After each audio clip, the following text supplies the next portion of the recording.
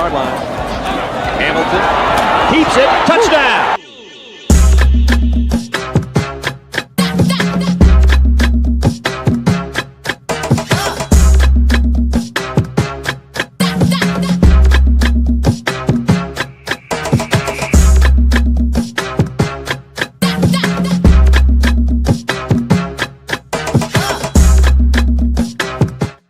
And we've got to welcome everybody into the doghouse. And as always, we've got to thank God every minute of every day. Y'all know what it is, man. Welcome to In the Huddle with Joe Ham, where the locker room never closes and debates never stop. I'm your boy, one live student, Ryan Stewart, and I'll be your host, former Yellow Jacket, former safety, and proud South Carolina native, just like my right-hand man beside me on today's show, my brother, my teammate, a fellow South Carolinian. Let's welcome into In the Huddle with Joe Ham, none other than Mr. Joseph Hamilton himself. What up, Ham? How you feeling, sir? Hey, fabulous. I'm fired up, brother. I am absolutely fired up. You know what? I have a lot of emotions going on right now. And, you know, emotions, when you have emotions, you know, all of them, when you think about it, is not bad, Stu. Some of them are some anxiety, happiness, joy, overwhelm, nervousness, all those type of things. Right. But here you go, Stu. I'm sitting here on September the 3rd on Wednesday afternoon at 12. My son sits at 3-0 at Landmark Christian. Shout out to the War Eagles. 3-0. War Eagles. Y'all go War Eagle. Yes, sometimes. Yes. It's not a chant like it needs to be, but it is a good chant. And they got a bye, so 3-0. He's healthy. That's excellent. Feel good about that. Right. Tomorrow morning, early tomorrow morning, my daughter, Caden, she goes under the knife, Stu. She goes under the knife for a torn ACL. It's already a done deal. The surgery is successful already. The victory's already won. No doubt about it. But then again, you're still going through emotions. Right. She has emotions and anxiety, and that's how you're going to calm her down with the word of the Lord. So that, and then you got the Yellow Jackets, man, already chopped it up, sitting at 1-0, on the road. Tremendous victory, man. That's a perfect place to start while talking about today's show for those that are tuning in to In the Huddle with your boy Joe Ham. I'm one live student, Ryan Stewart, hosting the show. And on today's show, college and pro football, it collides. We'll break it all down, give you real insight, give you passion, and just a little bit of friendly fire. If you know what that means we'll debate. We'll get into a few things. Also on the show, week 1 of college football did not disappoint. Georgia Tech ran all over them folk. UNC, shockingly, really disappointed the world. We're going to talk about that.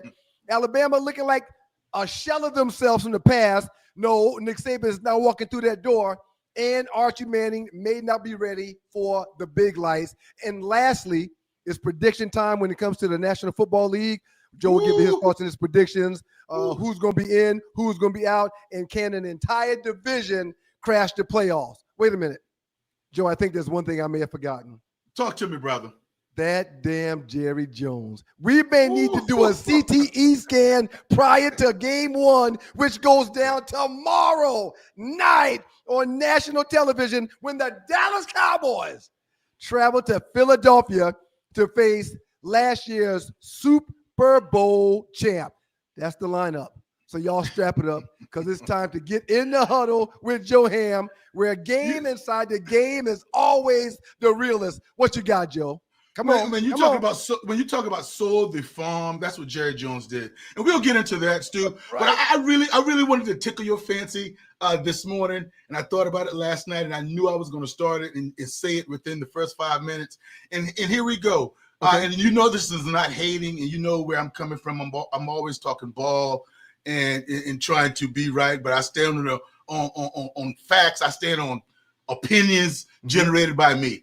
I've always wondered. Opinions generated by me. Yeah, I've always wondered, and you've coached me up, and I've bought into it, and you were right thus far. But I've always wondered, can Deion Primetime Sanders really coach? Okay. I've always wondered, could he really coach? CEO, yes. Motivation, yes. Get guys to play at a high level, absolutely, yes, he can do that. But when it comes down to challenging, managing the last 2 minutes before the half, and the last 2 minutes of a ball game. Whether you save timeouts in your pocket or don't save timeouts in your pocket, game management, so to speak. I think he helped up. I think he helped us, him and his staff. And when I'm saying us, talking about Georgia Tech, escaped from Boulder, Colorado, with the victory. There is no doubt in my mind when he's talking to me when he says that I was questioning his coaching in the last minute and 7 seconds left. Yes, well, you're referring to the situation where he ate 2 timeouts at the end of the game, where he could have utilized 2 timeouts at the end of the game. He allowed the clock to continue to tick. So in essence, you're saying it was major mismanagement with those timeouts by the head coach of the Colorado Buffaloes, Deion Sanders. Yes, I'm going to say that. And you know what? Shout out to Brent Key and shout out to Georgia Tech for coming up with the victory. I feel really good about it. But what I'm telling you about Deion Sanders, he asked in the media in his press, I think it was yesterday, when was I going to call a timeout? So I took the opportunity to say, well, you talking to me, prime time. Well, you could have took the opportunity to call a timeout after you had -2 yards. Right. You let 10 seconds run off there. You said you were going to be right at the line of scrimmage. Why just not go in tempo? So bang a timeout, regroup. And then later on, you let 10 seconds run off the football clock with the clock running with 2 timeouts. Coach Friedgen used to always say to me that if you have 2 timeouts. Who's Coach Friedgen, Joe? Remind Coach everybody Friedgen who Coach Friedgen is. Legendary coach, great coach, Maryland Hall of Famer. My offensive coordinator for 3 of my 4 years starting at Georgia Tech. Coached to a national championship, Sean Jones, when he was the offensive coordinator. And he used to always say to me, if you have 2 timeouts left and it's a 2-minute drill, burn that as needed. It's a difference if you have 1 timeout. You're trying to save that just in case. You need a touchdown and you need chunks. So as soon as time was running off the clock, and you don't have time. So as soon as you can stop that clock, you stop it and bang it and regroup. And when it all said and done, Deion Sanders threw a Hail Mary, and his team threw a Hail Mary, I think, from the 50 with 3 seconds left. And he had 2 timeouts to methodically. And at that point, maybe you get 15 yards and get out of bounds and you inch a little closer that you can throw a better or more, a closer Hail Mary. But I wanted to start that off with because his team didn't play terrible, but Georgia Tech overcame. Georgia Tech was not supposed to win that ball game. And here's why. Go ahead. I'm listening. And here's why. Do you think when you turn the ball over 3 times, you're going to win a ball game? No, sir. All right, and that's what the Yellow Jackets did, and then the Colorado Buffaloes, they didn't turn it over once. Remember where you are. Remember where you are. Yes. That's 3 turnovers in the first quarter, all within an 8-minute to less than 9-minute time frame. 3 turnovers. So they're awarded the ball 3 times. 3 times in the first quarter. Within 9 minutes of each other, they get the ball 3 times. Okay, please continue, Joe. And Stu, and they are at home. So almost that should be 21-0 right away. So when that happens, when you get the ball 3 times and you don't give it up, Colorado did not turn the ball over once. Right. Right. So that's why I think that the Yellow Jackets, and shout out to those guys that went on the road and stole one because. Let me add something in because I agree with you. Yes, I do think we were aided in the victory, but that's within the 60-minute time frame, and I'm fine with that. Okay, I do think that Colorado didn't do anything to help themselves beat us. But that's not my problem. That's a Colorado thing. Something that I'm extremely proud about, and I'm almost certain you were going to get to this eventually. We saw this in Tech last year where things get tough or things get rough throughout the course of a ball game. We don't stick our heads in the sand. We don't start sulking on the sideline. We don't sit on the bench and put a towel over our head. We're finding and seeing that unlike Tech teams of the past, when these bad things happen to us and they compound to be 2 bad things, and now they compound to be a 3rd bad thing, we don't stick our head in the sand and we don't tuck our tail and take off. Brent Key and this team has shown the propensity to work through tough adversity in ball games. And in the past, those 3 turnovers within 9 minutes, sir, would have killed our ball club. Well but said. not this day. It's a new team in the ATL on the flats at Georgia Tech. Yeah, and because you can go up and down that roster offensively and defensively, especially quarterback Haynes King, Jamal Haynes, the running back, and those guys have been in this system. What year are those guys? Those guys are redshirt seniors and redshirt juniors that's played a lot of ball. That's a team that can lead themselves, that can rally the troops on the sideline when the coach don't have to do it. That's what you look at. That's what we are all about. That's why I'm so proud, Stu. I'm so proud because that's who the Yellow Jackets are, man. We're a team that's going to get all together and we're going to develop and we're going to be tough to beat, brother. You mentioned Haynes King. In man. totality, right around 300 yards total offense. He threw for 143. Had one untimely interception, but that's neither here nor there. He also ran the ball 19 times for 156 yards and 3 touchdowns. Now, Haynes King is not the guy that's going to have the bulk of the rushing yards for our football team. There's no doubt that's going to be Jamal Haynes. He had 16 carries for 65 yards. Sir, offensively, we were without our best wide receiver due to an injury. He was on the sideline riding the bike the majority of the game, trying to figure out if he could go or not. He played a couple of plays, but just wasn't himself. Sir, I am beyond optimistic about the future of the Yellow Jackets. Before we move on, sir, please share your thoughts about what you think is going to happen for the remainder of the year as these games are only going to get tougher with ACC competition. Yeah, that's good stuff, Stu. And this is what I anticipate, and this is what I thought about real quick. I immediately thought about 19 carries for Haynes King. 19 carries for Haynes King.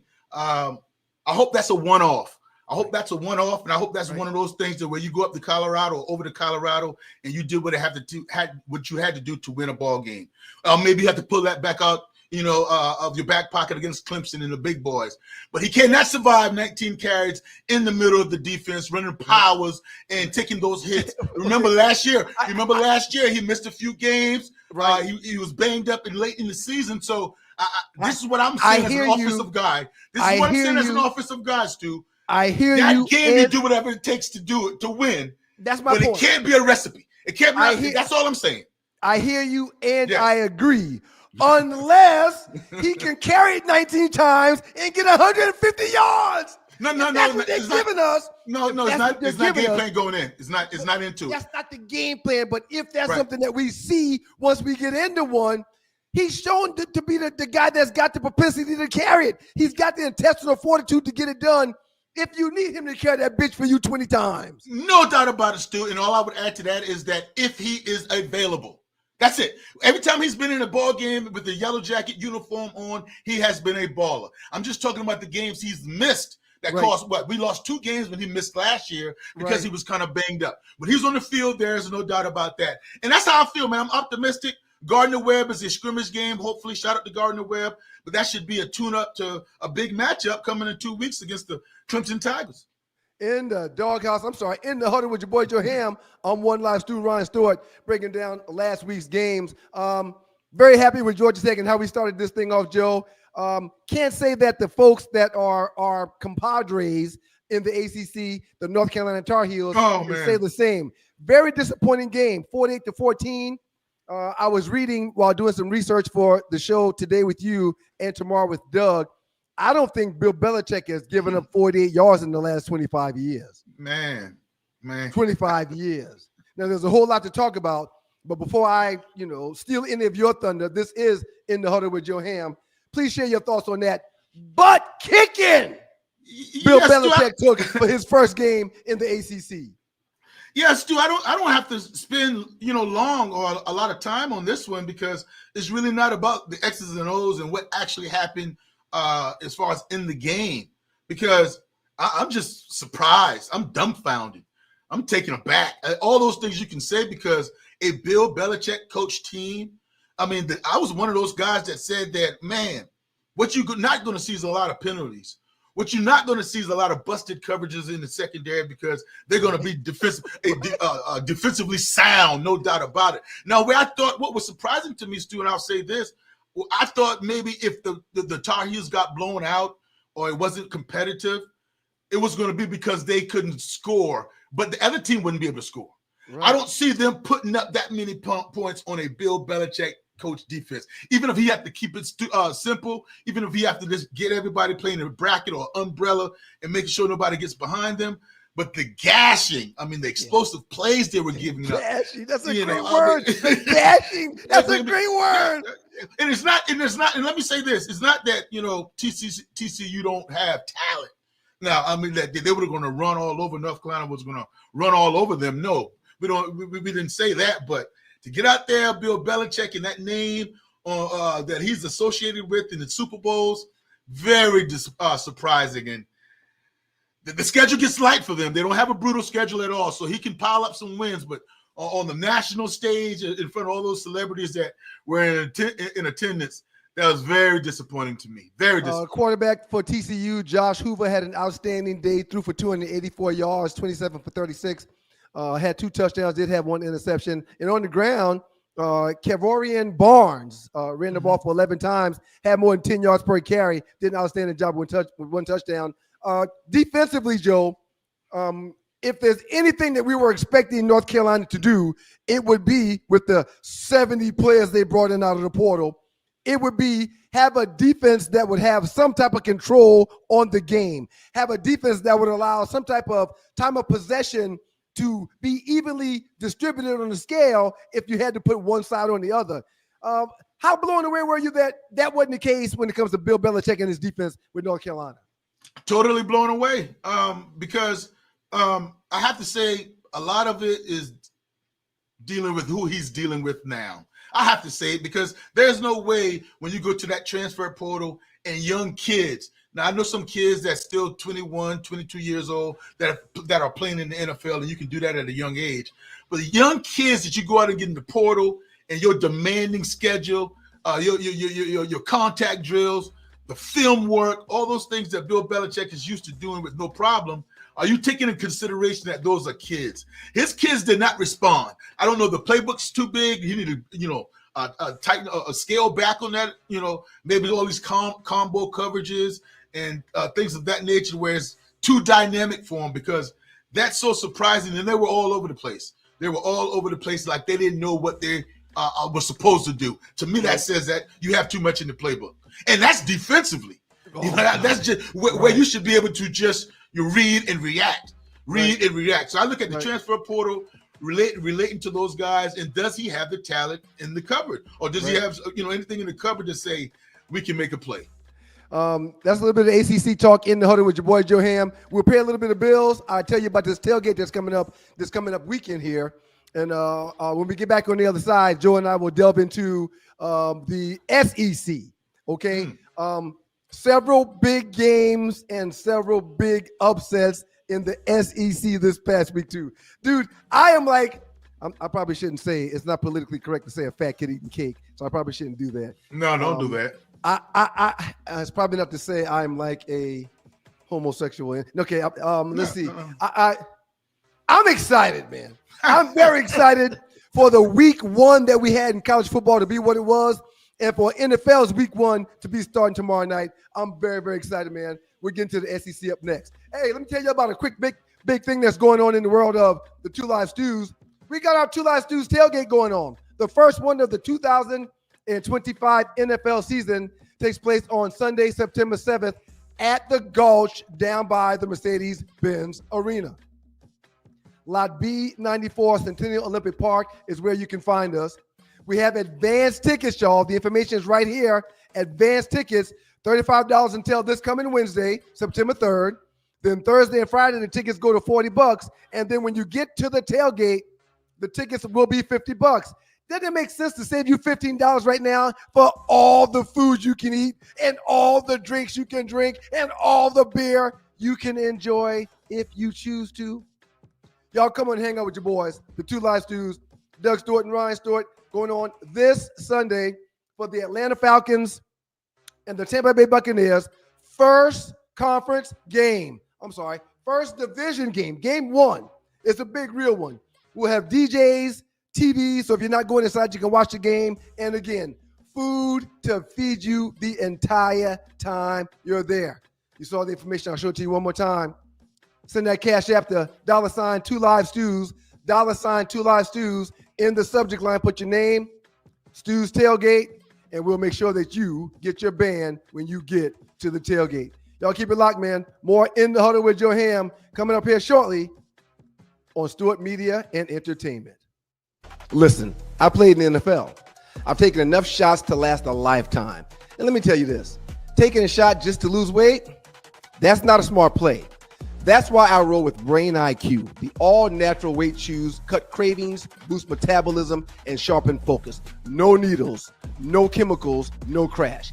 Just results you can chew on. And Brain IQ is not just about weight chews. They've got a full lineup of all-natural products to keep your mind sharp, your body fueled, and your health on point.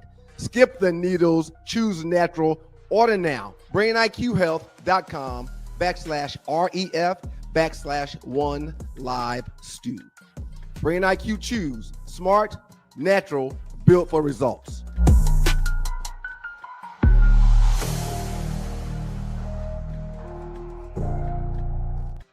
Shouts out to the good folks at Brain IQ. It's your boy, One Live Stew, Ryan Stewart. This is In the Huddle with Joe Ham. And for those of you that may not know, Brain IQ is the real deal. Trying to lose a little bit of weight, having problems sleeping, anti-aging creams, looking into that, think you're looking too old. They've got a ton of products, and you can get to those products easily by going to the link that we shared. So make sure that y'all catch them whenever time allows. It is In the Huddle with your boy, One Live Stew. This is Joe Ham, because that's who you're in the huddle with, and it's all about him. Ham, you could have never told me or paid me any amount of money to think that not only would Alabama not get beat by FSU in this game this past weekend, but that they wouldn't get mollywopped, that they wouldn't show up, that they really wouldn't even compete versus an FSU team that had a hard way to go last year after a disappointing season prior to that, where they weren't awarded to get to the Final Four games. What happened, Joe, when it comes to why Alabama simply did not show this past weekend versus FSU? Well, ultimately, Castellanos, the quarterback for the Florida State Seminoles, he said a lot. I don't know if you go out there and have your quarterback giving the other team bulletin board materials, Stu, but boy, he said a lot. And what he said was Nick Saban, Coach Saban can't save them.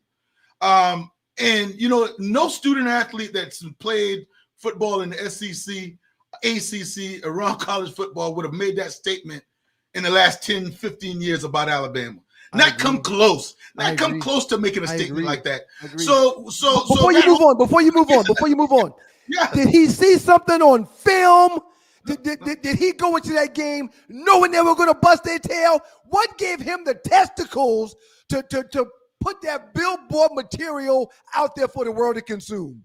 Yes, he saw it. He saw it because he saw it last year. That's the film. When you open up a game, the first game of a season, you're going to go back and watch the game they played last year. And last year was Kalen DeBoer. Last year was still, Jalen Milroe and that team that did not make the college football playoffs.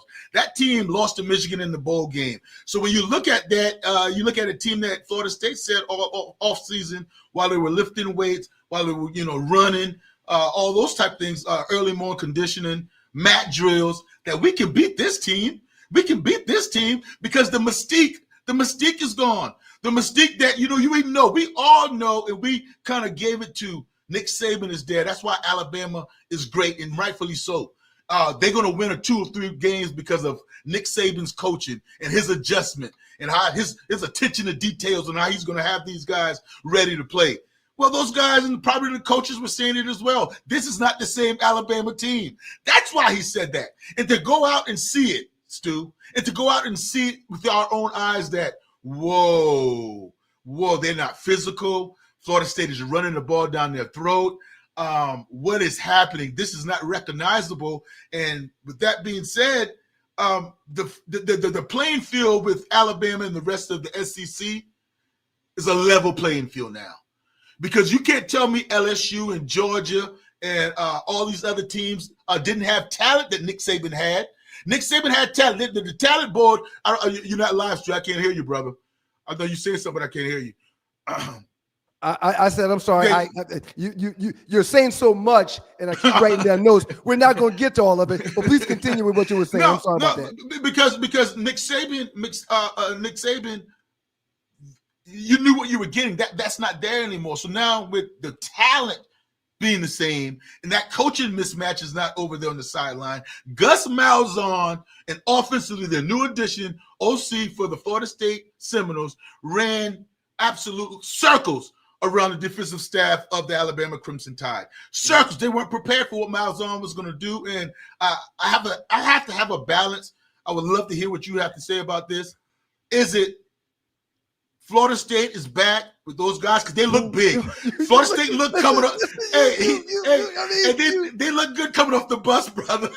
They look good coming off the bus. Or is it the fact that Alabama is just, the 21st ranked team in college football? Thank you for getting me to the questions that I was going to ask you by asking me. However, I'm going to Riverside and send it right back to you. Two-part question. Alabama is known for having running backs. They're known for having several different great skill positions or great positions on their team, guys getting drafted yearly. Alabama known for having a running game for the last decade and a half, 2 decades. Nothing this past weekend. Nothing. FSU and Alabama. Who are you giving the credit to, or who are you giving the thumbs down, the boo? Was this just good FSU that we weren't expecting, or was this just bad Bama that we weren't expecting? Boy, really, really good FSU. I got to give them 2 thumbs up and cheer from the top of the building on FSU. And here's why, man. That's a 2-win football team last year, man. 2-win football team. And shout out to Mike Norvell, the head coach, for hiring a guy like Gus Malzahn. You know how, confident you have to be and how you have to be so, comfortable in your skin to hire a coach that might be a replacement, right? On your staff. That's one right. Coach Cam Newton and those guys. Good point. So he that's outstanding for Norvell, and that's not to say Kalen DeBoer is not a very, very big disappointment and a boo, because you think about the running backs and you thinking about the wide receiver. Yeah, they have Ryan Williams, an outstanding talent, came on the scene last year as a true freshman. But where are the Jimmys and Joes? Right. But the majority of his staff came from the West Coast. Are you getting West Coast guys? Are you not even getting those guys in the trenches? Those real dogs, what we call them, Stu? What's your makeup of that Alabama football team? Because I have news flash for you, brother, that you're on film now. Right. You're on film. Right. So what Florida State did, expect that to be, on the menu for anybody that plays Florida State going forward. In the Huddle with Joe Ham, I'm your boy, One Live Stu, Ryan Stewart. Don't forget to catch the 2 Live Stews tomorrow morning, 7 o'clock right here on Stewart Media and Entertainment on YouTube, Facebook, Instagram, and every other social media platform that will have us. Before we move on, Joe, because we got to get some time. We got to get some time to Brian Kelly and Clemson, because we talked about that game on our last show. Absolutely. We talked about our expectations. How much time does DeBoer get? Coming off of a bad year 1 last year in Nick Saban's absence, you've got opposing quarterbacks who's going to have their first snap with a new team saying Nick Saban is not walking onto that field. How much time does DeBoer have to get it together? Well, are we looking at a midseason firing right now in year 2 for this young coach that just left Oregon to take on this program in Saban's absence? Normally, I would say, wow, that's blasphemy. That's out of bounds. That's out of bounds. But you know what, Stu? I wouldn't go that far. But if this team does not make the playoffs again this year, yeah, the Alabama faithfuls and those guys they'll come up with the buyout. Yeah, and Caleb DeBoer would be out of here, because you can respond now, you can rebound, you can go through this SEC and get better. And that's one thing I want to say about all these teams before we talk about any more in the college football season. The teams we saw last Saturday and two Saturdays ago, they're going to be so much better in week 7 and then week 10 when we see them again. So some of these teams are going to look so much different in the first quarter, second quarter, in the third quarter, in the fourth quarter of the season. So he's going to have to, Stu, in my humble opinion, make it to the playoffs. If he doesn't, he is definitely on the hot seat. They got a couple of cakewalk games coming up, so they should find themselves right at 2-1 or 3-1 within the next 4 games. That doesn't matter. However, that doesn't matter. That doesn't matter in the new playoffs now, Stu. Right. I mean, Right. so your record doesn't matter. So you can lose, but when you get in the SEC, you still got Alabama, you got LSU, and you got some dogs. You got some Texas A&M. So you got some dogs you're gonna have to play. Texas. We'll talk about them in a second as well. It's in the huddle with your boy Joe Ham. I'm one live Stu Ryan Stewart. You mentioned Dabo a second ago. Yes. You mentioned Brian Kelly. I haven't minced my words or my thoughts about how I feel about Dabo Swinney at Clemson in South Carolina. Yes. He hadn't bought into the new era of college football. He's opposed to NILs, even though this year he took a couple of players out of there. He don't like the transfer portal. He's a guy that, in essence, thinks that his doo-doo don't stink, okay? He's a guy that's been humbled here the last few years, and he's starting to lash out after being humbled. I want your take and your thoughts. I don't agree with your takes with Dabo Swinney, but that's cool. Okay, hold on. Before you give me your thoughts on that, I want you to listen to this coach in the post-game presser after this loss he took to LSU, Brian Kelly in Death Valley. They're going to be a problem, and they got some explosive dudes, and it was a hell of a game. It was a hell of a game down to the last play, right out of the gate. It's like getting the final exam day one of class. They made a 65, we made a 58. Neither one of us were great. I mean, but the good news is we got the questions to the test now. And we're going to get it again later on. So it's on us to make sure we're ready.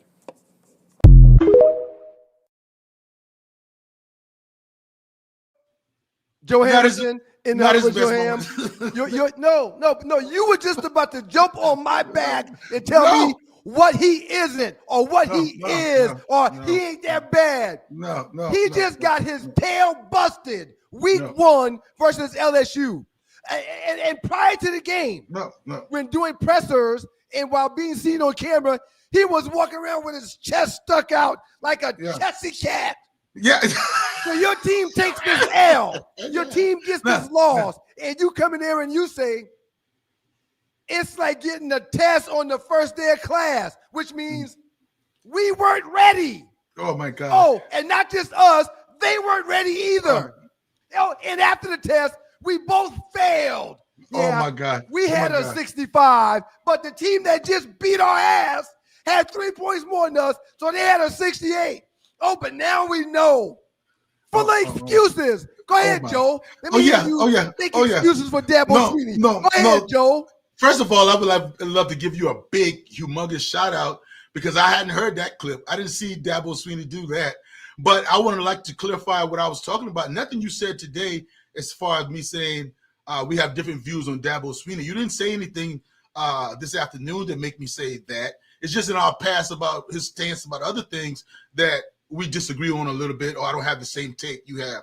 But everything you said about NIL and transfer portal, those things are correct. Matter of fact, he's forced to pay the players now because of the what's we call it. But here's the deal. Can you briefly talk about the way he just ished on the guy that beat him? Can you talk about the way he just made the excuses for his coaching staff and his team? I hear what you're saying, Joe. I hear what you're saying, Joe. That was bad ball. That's something I don't know. Dabo would love to take that back because again, I was cringing over here listening to it because basically, what do you mean you didn't have the answers to the test? You had a study guide this whole entire offseason. You had a study guide. You had 12 games from last year that you watched on Gus Nussmeier, the quarterback from LSU.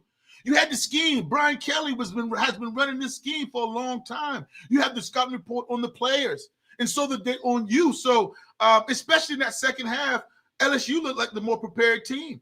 So, yeah, it was a dogfight. Yeah, ACC, SEC, Clemson, and LSU. But to say what he just said, that we both failed, right. No. His team didn't fail. His team won. He won. He had to win a ball game. His team did not fail. So, no, he can miss me with that. No, Dabo Swinney can miss me with that statement. Cade Klubnik, 230 yards. Wasn't a terrible outing, 19 for 38. He did have one interception. Now, Nussmeier, on the other hand, 28 for 38, 232 yards, 1 touchdown, no interceptions. A very good ground game by the LSU Tigers. And Clemson could not run it. And Clemson couldn't do anything. As a matter of fact, they had Adam Randall, a guy that was getting the bulk of the carries, a guy that they said coming into the season would be this 1,200, 1,400 yard back, had 16 yards on 5 carries. As a matter of fact, it's like Dabo almost forgot to run the ball this past weekend. It's like they got into a battle early to the point where he just was going to make Cade Klubnik the Heisman Trophy winner in one damn ball game. Talk about the comparison of the two quarterbacks before we move on to one more game in the SEC. Oh, yeah, that surprised me. Now, when I'm watching the arm strength, when I'm watching the mechanics of Klubnik, when I'm watching him, it's just mechanics. He's not good as the quarterback. He's not good. What's the quarterback for? Nussmeier. Nussmeier from LSU, Stu. He might be projected to be the top 5 number 1 pick. That's what I saw from him. His command, the way the ball jumps off of his hand, being in Brian Kelly's system long time. I love him. Now, Cade Klubnik is just a step behind. He's prototypical. I look for this quarterback draft to be top 15, top 20. About 4 or 5 of them. Yeah. About 4 or 5. Because you talk about Lenore Sellers in South Carolina. He's a bad man. He's a bad man as well. So, but I'll put Nussmeier over Cade Klubnik for right now, but both of them are going to be in there in the end. And that's what I love about those guys not scheduled or afraid to schedule somebody very competitive in the beginning of the season. Yeah. Because that didn't have anything to do with your conference. That matchup for the Clemson Tigers. Yeah, you got some things to work on. I don't like what Dabo Swinney said at halftime or at the end of the game. That's some hogwash what he said. But that doesn't hurt. That doesn't hurt their goal as far as getting to Charlotte and competing for the ACC championship. Preparing them with the speed of the game. Before we jump into the National Football League and pay some bills, before we do that, before we get up for college football, Joe, please share your thoughts about Arch Manning in Texas. Texas takes a big loss to Ohio State. Texas being the number 1 team in the country. First time that the number 1 team in the country was coming into the season being an underdog to the 3rd-ranked team in the country, the Ohio State Buckeyes. The Buckeyes find a way to get it done.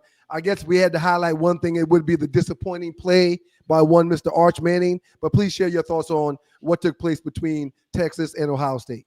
Well, I mean, I can't deny the elephant in the room. The elephant in the room is what they was propelled on me was Arch Manning. You better watch this kid.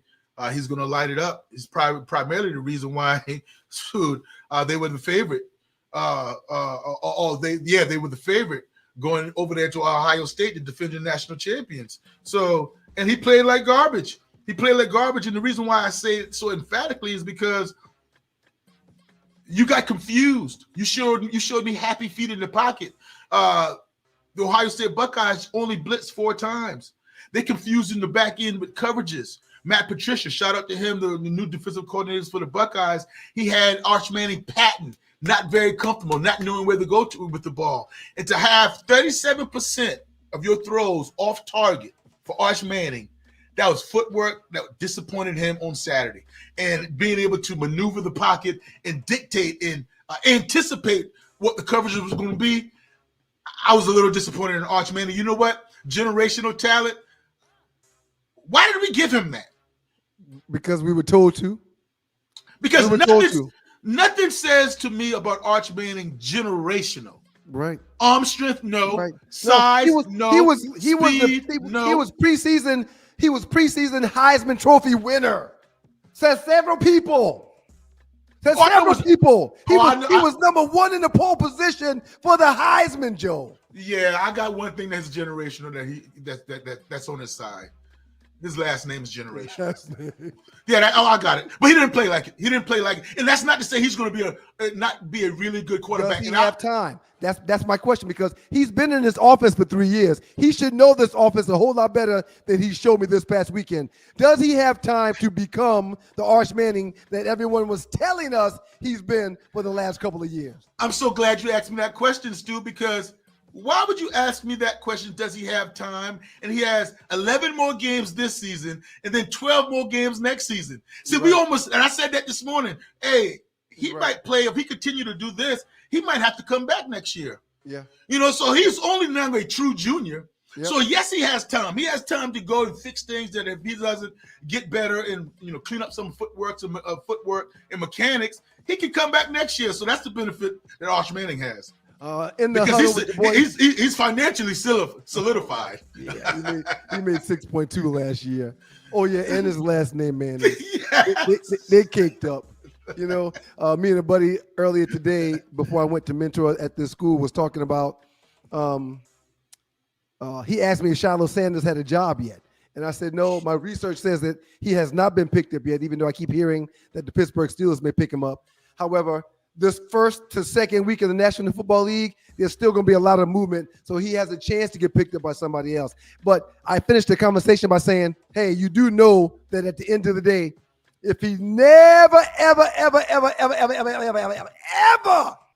puts on another uniform, he'll be fine. Mm-hmm. Mm-hmm. He's cool. Yes. And that's part of what I saw out of Arch Manning. When he walked to the sideline after not getting it done late in the fourth quarter like he needed to, he took his helmet off and he sat down and turned his head to the side, and it wasn't a look of, damn it! And you want to keep your composure. You want to hold it together. You don't want to lose it on the sideline. But the look I saw from him was complacency. I'll get a chance next week. That's what I saw. Oh, that's not going to work. That's not going to work. If what you said is true, and I know you're you can tell body language. People person. That's not going to work. That's not going to work. In the you huddle better with make sure Joe you show me how you care. You better make sure you show me you care. And you ain't got to lose it and start throwing helmets and knocking over Gatorade tubs. You ain't got to do all that. But, I mean, you were number one. And y'all didn't score no points, and you didn't do your job, and you missed open receivers, overhead throws, skipping balls to them. And you just sit down like, all right, who we got next week? Man. Hey, we're going to pay some bills real quick. I'm going to remind you about this tailgate. And Joe and I will be back to get into a little bit of NFL before we have a little debate with a question from the Heisman Trophy runner-up himself, Joe Ham. Hey, did y'all know that the Two Live Stews are back? And us being back means that we've got a tailgate going down 2 or 3 times this year. Tailgate number 1, this coming Sunday at the Gulch, right outside of the Mercedes-Benz Stadium. $35 right now, prepay. $40 between Thursday and Friday. And then after Friday, Saturday and Sunday, or when you get to the gate, to the tailgate, you got to pay the full $50. Save yourself some money. Cash app your payment right now to $2 Live Stews as your name, as well as Stews Tailgate. And that way we'll have you on the list for this coming Sunday's tailgate for the Falcons versus the Buccaneers. It's actually Bucks versus the Falcons because the home team is always listed second. But y'all pull up on us and hang out with your boys. The Two Live Stews, Doug Stewart and Ryan Stewart at the Gulch this weekend, tailgating for the Falcons and the Bucks. Y'all keep it locked. Listen, I played in the NFL. I've taken enough shots to last a lifetime. And let me tell you this, taking a shot just to lose weight, that's not a smart play. That's why I roll with Brain IQ. The all-natural weight chews cut cravings, boost metabolism, and sharpen focus. No needles, no chemicals, no crash. Just results you can chew on. And Brain IQ is not just about weight chews. They've got a full lineup of all-natural products to keep your mind sharp, your body fueled, and your health on point. Skip the needles, choose natural. Order now. BrainIQHealth.com/REF/1LiveStew.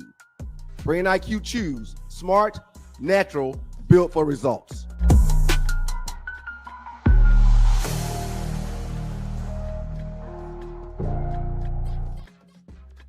BrainIQ Health /REF, and lastly /1 Live Stew. That's where you can find out how to get those Brain IQ chews. In the Huddle with Joe Ham, I'm your boy, One Live Stew, Ryan Stewart. Reminder that tomorrow morning at 7 a.m., Doug and I, the 2 Live Stews, will be doing the 2 Live Stews experience. That's it right there. We'll be doing that tomorrow morning. Catch us on YouTube, Stewart Media and Entertainment, as well as Facebook, Instagram, and all those other platforms. Joe, we're going to finish things up, man, by getting into the world of the National Football League. Oh, yeah. And you had a very intriguing question that I was looking forward to answering. More so than me answering the intriguing question, I'm looking forward to see how you answer the intriguing questions. With only a few minutes left, I know it's important that you get to your predictions. I'll be doing more so of my predictions tomorrow on the 2 Live Stews experience. We'll get Joe's today. But this Jerry Jones situation, as a former Dallas Cowboy fan. Thank you. I remember. Okay. He's been moved. He's going someplace else. He's now a Green Bay Packer. Jerry gets a 2026 and a 2027 first-round draft pick. Jerry gets a very good defensive tackle that Green Bay had, who's a Pro Bowler. That's going to assist the Dallas Cowboys with stopping the run, something they've always had a problem doing. I don't want to steal any of your thunder, Joe. I'm going to give you the floor. Please just give me your thoughts on the entire trade and the entire fiasco that is taking place with the former Dallas Cowboy, Micah Parsons, now being a current Green Bay Packer. Well, Jerry Jones is, he got caught being stubborn.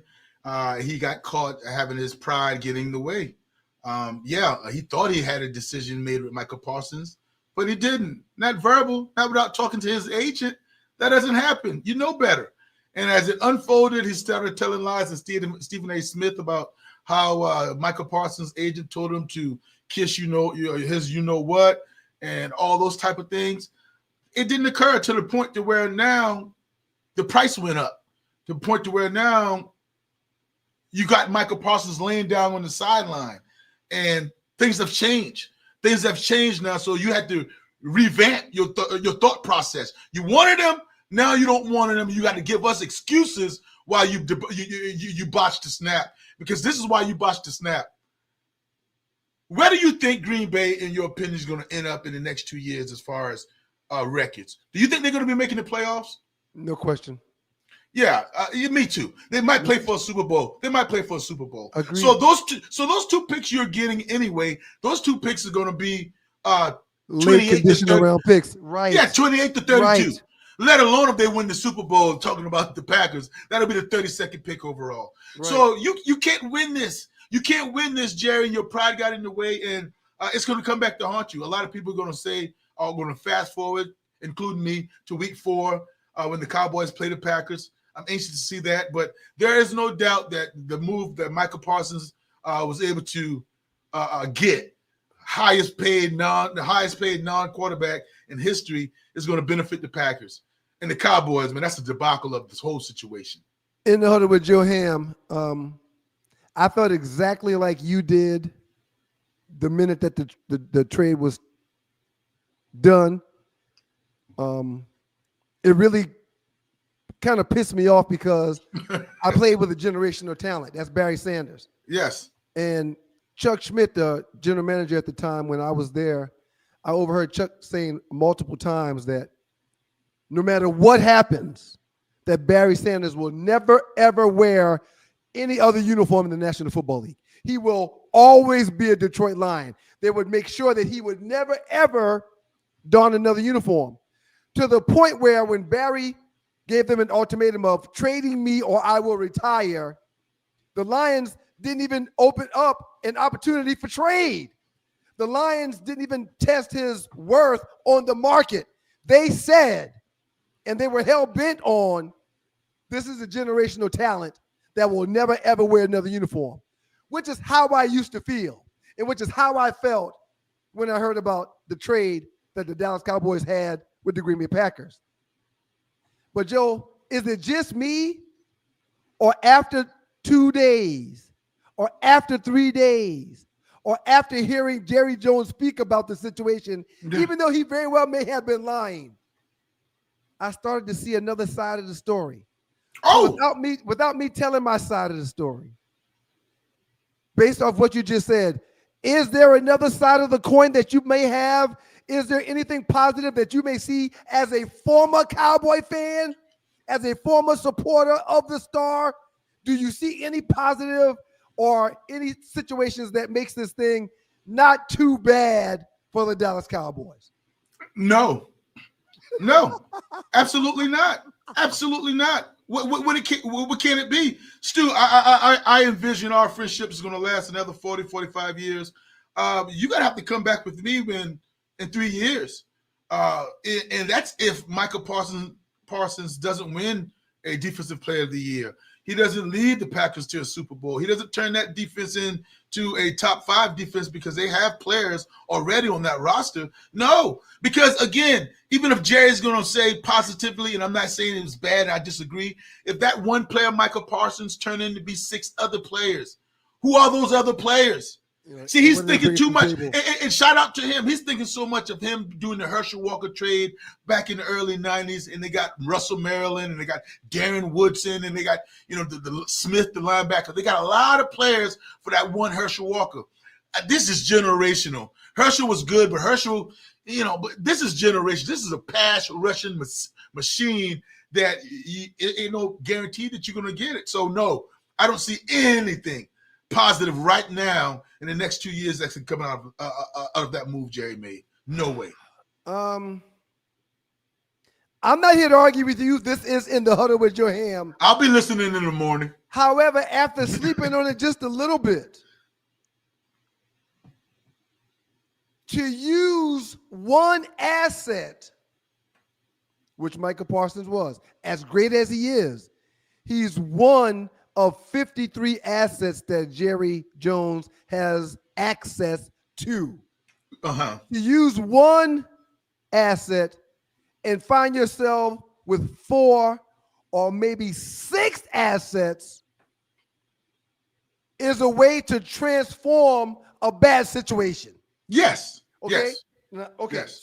So we agree. Now, absolutely. Especially if you have a good talent evaluator. Right. Okay. I too have said that the true sense of who won this trade or the value that this trade would have brought to the Dallas Cowboys will be in 2 to 3 years when we see who the late pick in the first round for 2026 will be. Then who the late pick in the first round in 2027 will be. What he does with the first round picks that he's got in 2026 and 2027 already. So if he brings in some duds, he takes a huge loss. Financially, it's not a part of the equation. You're talking about a man that's worth right under $20 billion and a team that's valued at almost $13, $14 billion. The $200 million that Michael Parsons is going to make, when you're talking about that kind of money, who cares? That's right. However, this has worked for Jerry before, which is the only reason why it makes me say I've got to see what it is, because I remember people ridiculing him for trading Herschel. Yeah. But then he built that team with those picks and ultimately won not 1, not 2, but 3 Super Bowls. In the back of his mind, knowing he doesn't have another 20 years to do this, why would he not say, freaking I can't cope, I'm rolling the dice? Why would he not do that? I love that. I love what you're saying here right there, Stu. And again, the only reason I fall back and it baffles me a little bit, then he wouldn't even have that conversation in March, or he wouldn't have had that conversation and saying we will get Michael signed, or I'm not worried about that. So all those things leading up to it, he would hold that close to the vest if he's going to make a blockbuster trade. Yeah. My whole thing is he changed his mind. Now he's the owner. If he wanted to change his mind, that's fine. He's right too. But his steps changed along the way. So you went from wanting him, he was going to always be a Cowboy, to now he's gone. But again, now to your point about why not 4 and maybe turn it into 6. I would have been in love with this trade had it been for somebody known. But that draft is a crapshoot, so it's a hit or miss. It's a hit or miss. So it's like a box of chocolates. You grab one and you don't know what you're biting into. And man, it's and it's so heartwarming. It's so deflating for Brian Schottenheimer. This is what you're going to deal with your first year on the job. When you took this job, you're saying at least I'm going to have a bona fide pass rusher. I'm going to have Deron Bland. I'm going to have some cornerbacks to work with. And before you coached your regular season game, they took away your number 1 pass rush? Wow, Brian Schottenheimer. In the huddle with your boy Joe Ham, we're wrapping this thing up. Outstanding job today so far, Joe. We got one more before we get out of here. If you had a chance to choose one first ballot Hall of Famer at 2 positions, which positions would you choose? I started doing this when I was drawing a playbook up and trying to put different players at different spots. And I said, man, listen, how would I build a team if I had a sure shot, no doubt about it, first ballot Hall of Fame? And Stu, this is how I'm going. I'm going obviously a quarterback. Mm-hmm. Sure shot. You can name any Hall of Famer you want. Give me Tom Brady, whatever. Mm-hmm. And then the second one caught me. What do you do? Mm-hmm. What do you do? It's not hard for me at all.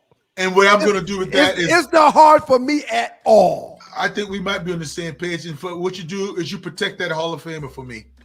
For me, that's what it is. For me, you get that Hall of Fame quarterback, in the next position I'm going to protect that Hall of Famer by getting an old tackle. You selfish bastard. That's what I want. You selfish bastard. You selfish bastard. All your quarterbacks are the exact same. Yeah. I knew in my heart you were going to say a quarterback first, and then since you've got the quarterback, he got to be upright to quarterback, right? Let's get a tackle. I'm not doing that. Well, I anticipate that you're not going to do that, and that defensive end that you want, my offensive tackle is going to be able to block him.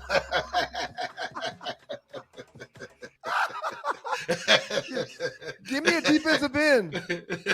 Give me a defensive end. Look, man, in Detroit, and I watched film and watched Reggie White growing up, and Kia Bijamila, the defensive end that the Packers used to have. So many players. So many players. When you've got a D-end that can wreck shop, when you've got a Myles Garrett that can get you 15 sacks, when you've got a Warren Sapp defensive tackle that can get you, that can keep your linebackers clean and get to the quarterback 10 to 12 times a year, 15, 16 times, you don't really need a secondary. You don't need linebackers that can cover. You can focus on less things when you got somebody that can wreck shop. But you're right, and that's the other side of it. If you've got a tackle that is going to present a problem week in and week out for my defensive end, I do agree. But if I got the best defensive, if I got Myles Garrett, I'm getting 15 to 18 sacks. Yeah, because Stu, and that's why I debated it within myself, because you can move Myles Garrett around. Right. I can't move my left tackle around. I can't move my left tackle around. I cannot. And just for laughs and giggles, will you go offensive tackle next, or you going somewhere else? I'm definitely going offensive end next. I would definitely go offensive tackle next. Yeah. Definitely. And that's 3. If you could take a 4th, who you taking? DB, receiver, or running back? Yeah, that's a good one.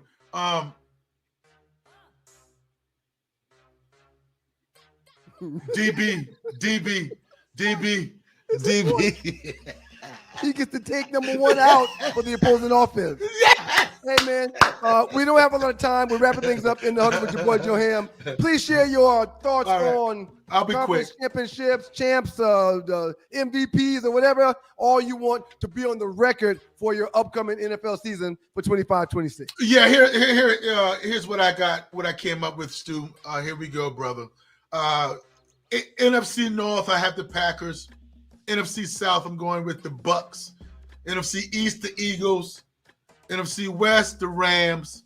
AFC North, I'm going with the Ravens. AFC South, the Texans. AFC East, the Bills. And the tough AFC West, I'm going with the Chiefs. Here you go. And to sum up my playoffs, the other 7 teams. No, my fault. The 14 teams make the playoffs. My remaining outside of division, the division winners. Lions, Commanders, 49ers back in the fold. Bengals back in the fold. Broncos, Chargers. Broncos,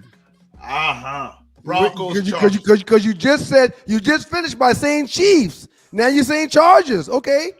No, but the Chiefs are in. Right. I got it.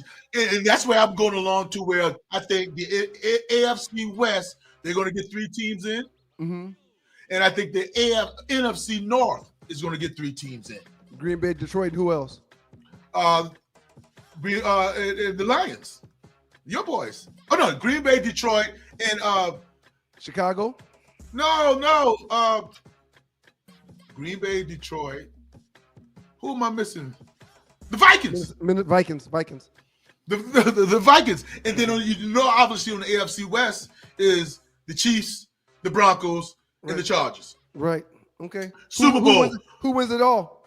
Super Bowl, I'm going Baltimore, and that's a lot of wish with the Baltimore Ravens. And I'm going against the Lambeau Field. Lambeau guys. Curly Lambeau and the Green Bay Packers. Michael Parker. Parsons means that much. Well, that sent me over the edge. I've always said that the Green Bay was going to have a very, very good team this year. They compete just about every year, Joe. Yes, and that is going to be able to, that piece, in my opinion, send me over the edge, my brother. Right. MVP, it's got to be, I don't know, man. I don't know. It's Josh Allen or Lamar Jackson every single year. Unless Parsons has 20 sacks because he's reinvigorated in Green Bay now and he's getting all that paper. Unless he has 20 sacks. I don't think, if he's healthy enough, because apparently this back is a real situation. If he's healthy enough, I think he's going to show Jerry how much of a dumbass he was. He really is.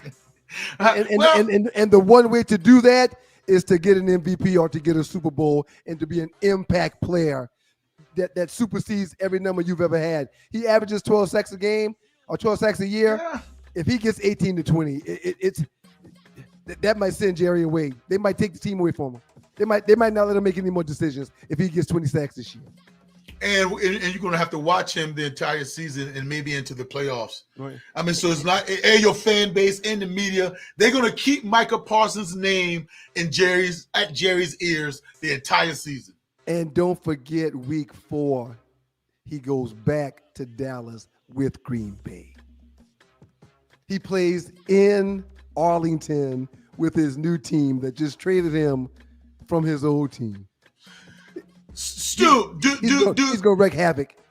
Has he done enough, Michael Parsons, or do you think the Cowboys Nation will give him a montage or one of those things on the Jumbotron?